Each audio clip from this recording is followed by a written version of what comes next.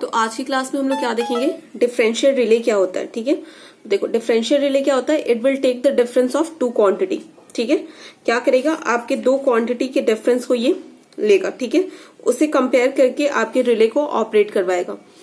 Right, तो देखो यहाँ पे हमने क्या किया, ये जो हमारा है ये क्या हो सकता है, ट्रांसफॉर्मर वाइंडिंग हो सकती है या फिर ऑल्टरनेटर वाइंडिंग हो सकती है जिसे हमें प्रोटेक्ट करना है। ठीक है, समझ गए। तो देखो इसमें क्या होता है, हम दोनों इसकी दोनों तरफ क्या लगा देते हैं, एक करंट ट्रांसफॉर्मर लगा देते हैं CT1 और CT2। क्यों, क्योंकि जो ये वाइंडिंग आपका है, जो वाइंडिंग करंट होता है वो क्या होता है, बहुत हाई होता है। तो क्या करते हैं हम, ये जो आपका, तो हमें कंपैरिजन के लिए हमें क्या चाहिए, we want to compare two current. ठीक है, तो हमें क्या करना पड़ेगा, इस करंट को स्टेप डाउन करना पड़ेगा ताकि आपकी रिस्ट्रेनिंग कॉइल क्या होता है, इतने करंट को आपका झेल नहीं सकता। तो हमें क्या करना पड़ेगा, जो भी करंट हम कंपेयर कर रहे हैं और जो आपके रिस्ट्रेनिंग कॉइल में जाएगा वो क्या होना चाहिए, कम होना चाहिए। तो हम इसके लिए क्या यूज करते हैं, CTs यूज करते हैं, दो करंट ट्रांसफॉर्मर यूज करते हैं। ठीक है, समझ गए। तो देखो इसमें क्या होता है कि जो आपका डिफरेंशियल रिले होता है वो क्या होता है, सेंसिटिव होता है, fault occur with in a zone of protection. ठीक है, अगर मान लो कि हमारा यहां से यहां तक जोन ऑफ प्रोटेक्शन है, तो अगर कोई भी फॉल्ट आपके जोन ऑफ प्रोटेक्शन में लाई करता है तो क्या होता है, ये काफी सेंसिटिव होता है, तुरंत ही आपका ऑपरेट करता है। लेकिन they are least sensitive to the fault that अगर आउटसाइड द प्रोटेक्टिव जोन।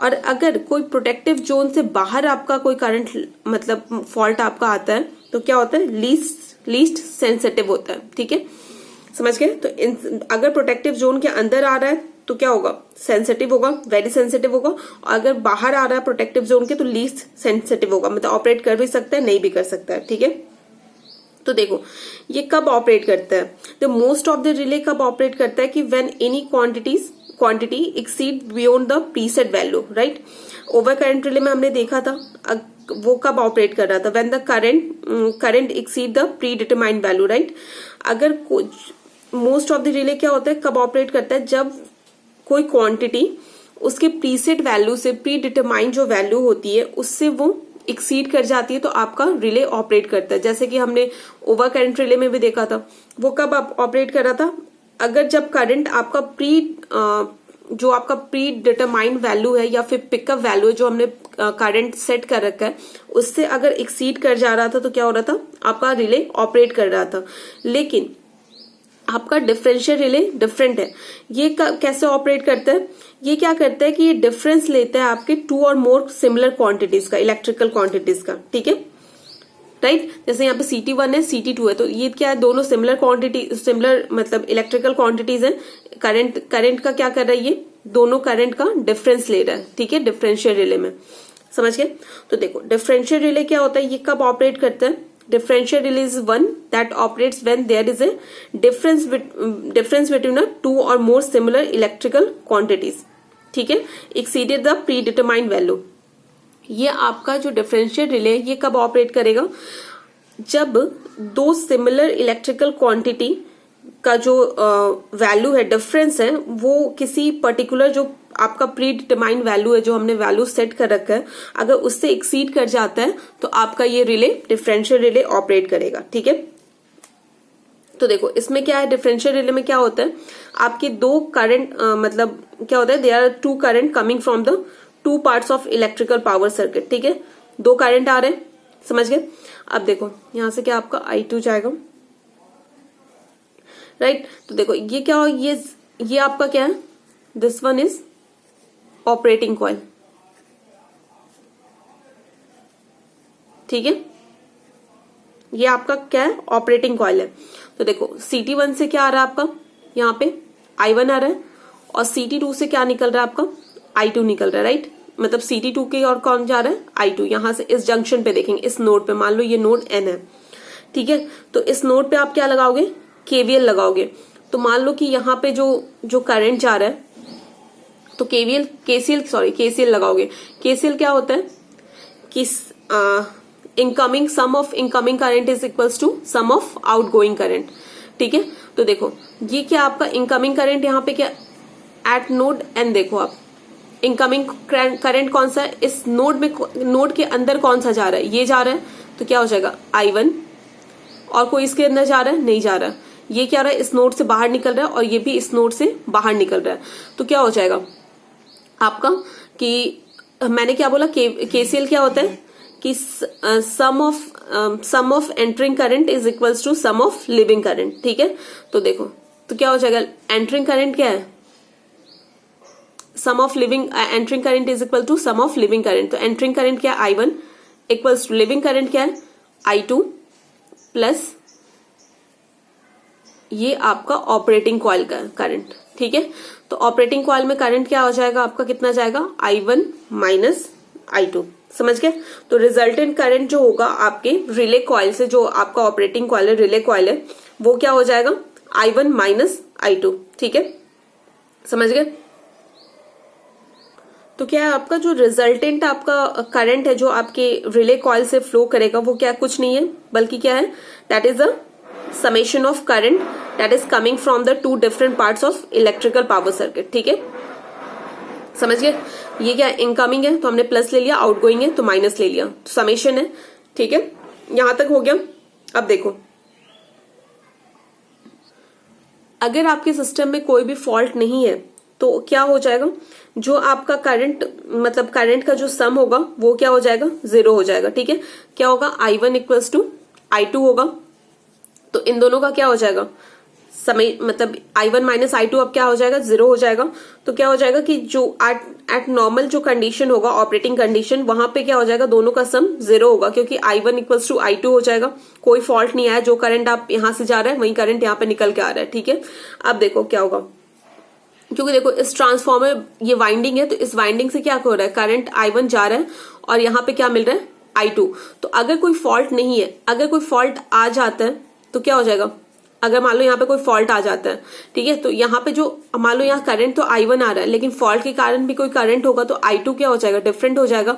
तो उस केस में I1 इक्वल्स टू I2 नहीं होगा, राइट।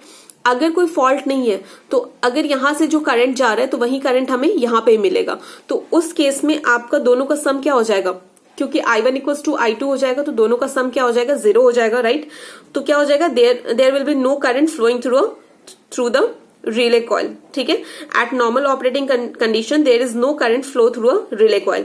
तो क्या हो जाएगा, एट नॉर्मल ऑपरेटिंग कंडीशन आपके रिले कॉइल से कोई भी करंट फ्लो नहीं करेगा, राइट। ठीक है, बट अगर कोई एबनॉर्मलिटी आती है आपके पावर सिस्टम में, मान लो कि कुछ भी फॉल्ट वगैरह आता है आपके प्रोटेक्टिव जोन में, तो क्या हो जाता है, जो भी आपका ये बैलेंस है वो ब्रेक हो जाता है, राइट। बैलेंस ब्रेक हो जाता है, कहने का मतलब क्या है कि जो आपका करंट अभी तक 0 था वो 0 नहीं रहता है, राइट। अब there will be a non zero current flowing through a relay coil, right. आपका क्या होता है कि आपका नॉन जीरो जो करंट होगा वो क्या होगा, फ्लो करेगा आपके रिले कॉइल से। सपोज कि अगर आपका कोई भी फॉल्ट यहाँ पे आता है, ठीक है, फॉल्ट आया, वो करंट क्या है, कोई भी शॉर्ट सर्किट करंट वगैरह हो सकता है, IF है। ठीक है, यहां से तो करंट आपका क्या जा रहा है, I1, लेकिन हमें मिल क्या रहा है, I2 plus IF, that is not equal to I1 equals to I2, right.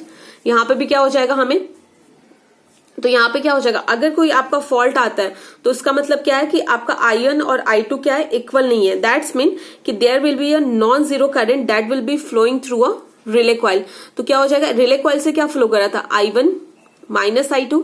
ठीक है, अगर ये दोनों इक्वल नहीं है तो क्या हो जाएगा, रिले कॉइल से आपका क्या होगा, कुछ करंट फ्लो करेगा। ठीक है, समझ गए। तो इस कंडीशन में आपका क्या होगा, जो भी रिले होगा वो ऑपरेट करेगा, राइट। यहां तक समझ में आ गया। अब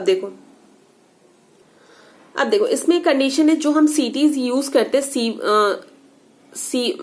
जो C1T और C2T यूज करते हैं, वो क्या होना चाहिए, दोनों का जो भी आपका करंट, जो भी इसका वो करंट ट्रांसफॉर्मेशन रेशियो होना चाहिए, जो भी करंट ट्रांसफॉर्मेशन रेशियो होना चाहिए, वो क्या होना चाहिए, दोनों का सेम होना चाहिए। Ratio of current transformer same होना चाहिए, राइट। क्योंकि मान लो अगर ट्रांसफॉर्मेशन रेशियो दोनों का अलग है, ठीक है, तो यहां से जो करंट आ रहा है, राइट, और यहाँ पे जो करंट मिलेगा वो क्या हो जाएगा, डिफरेंट मिलेगा।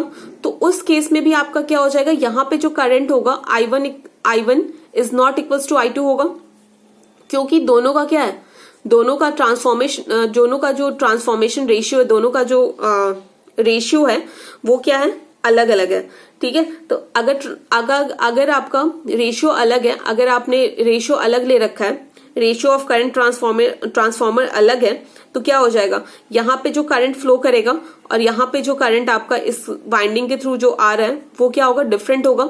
ठीक है, तो उस केस में क्या होगा, I1 is not equals to I2, तो क्या हो जाएगा, यहाँ पे भी करंट फ्लो करेगा।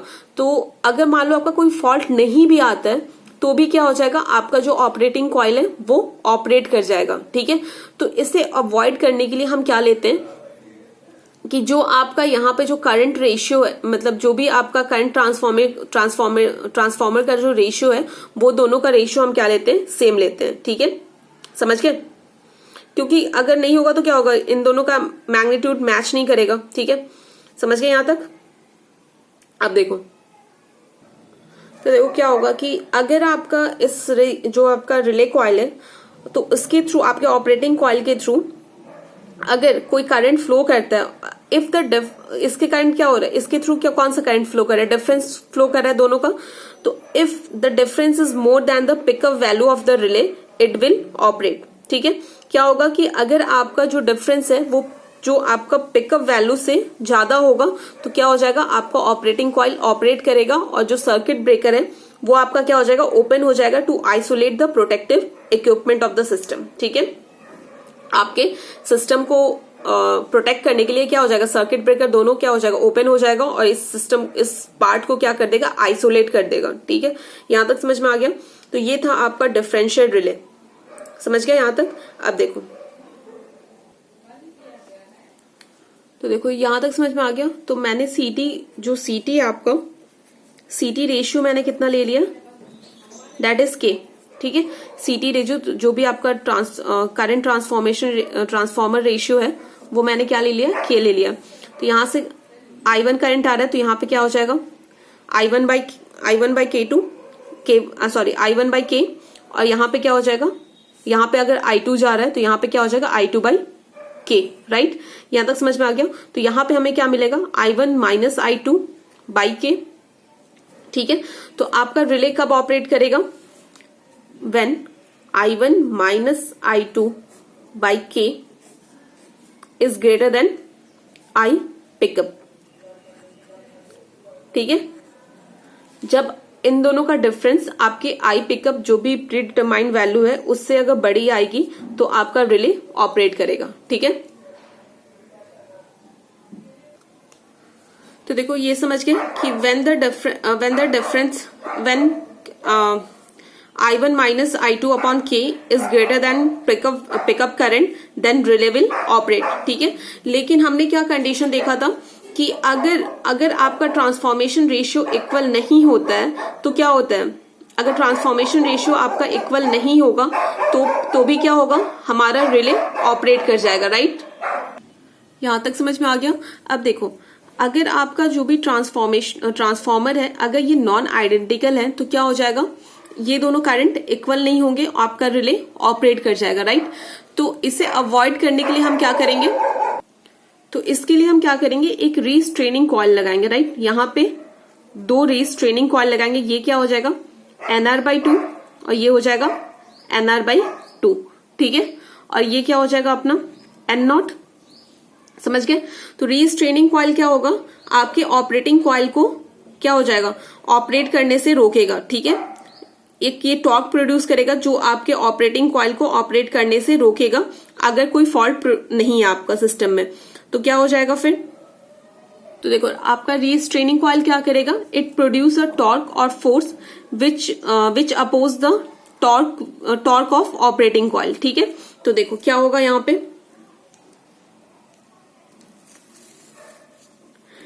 तो इसमें क्या कह सकते हैं कि अगर आपका MMF that is produce in operating coil, वो क्या MMF क्या होता है आपका N इंटू I। ठीक है, number of turns into current, तो क्या हो जाएगा I0 I1 minus I2 by K is greater then NR/2 I1 plus I2 by K। ठीक है, तो आपका क्या हो जाएगा, यहां पे मैं लिख देती हूं, इसे जब सॉल्व करो क्या हो जाएगा, I1 minus I2 K is greater than R NR by N0 1 by K into I1 plus I2 by 2। ठीक है, तो क्या हो जाएगा आपका, इस केस में रिले ऑपरेट करेगा। ठीक है, तो क्या होता है, ये हमने मैग्नीट्यूड यहाँ पे ये मैग्नीट्यूड क्यों लिया है, क्योंकि हम जानते हैं अगर आपका करंट जो अगर साइनोसॉइडल होगा तो क्या हो जाएगा, उसमें कॉम्प्लेक्स क्वांटिटी आएगी। तो ठीक है, इसलिए हमने क्या लिया, मैग्नीट्यूड ले लिया। तो आपका रिले कब ऑपरेट करेगा, when this quantity is greater than this quantity. ठीक है, तो देखो अब क्या होता है, जो आपका ऑपरेटिंग कॉइल होता है उसमें क्या होता है, उसका खुद का एक पिकअप वैल्यू होता है। मैंने आपको पहले बताया था कि आपका ऑपरेटिंग कॉइल कब ऑपरेट करता है, when it exceed the pickup value current. ठीक है, तो क्या हो गया, अब कब आपका मतलब आपका रिले ऑपरेट करेगा, देखो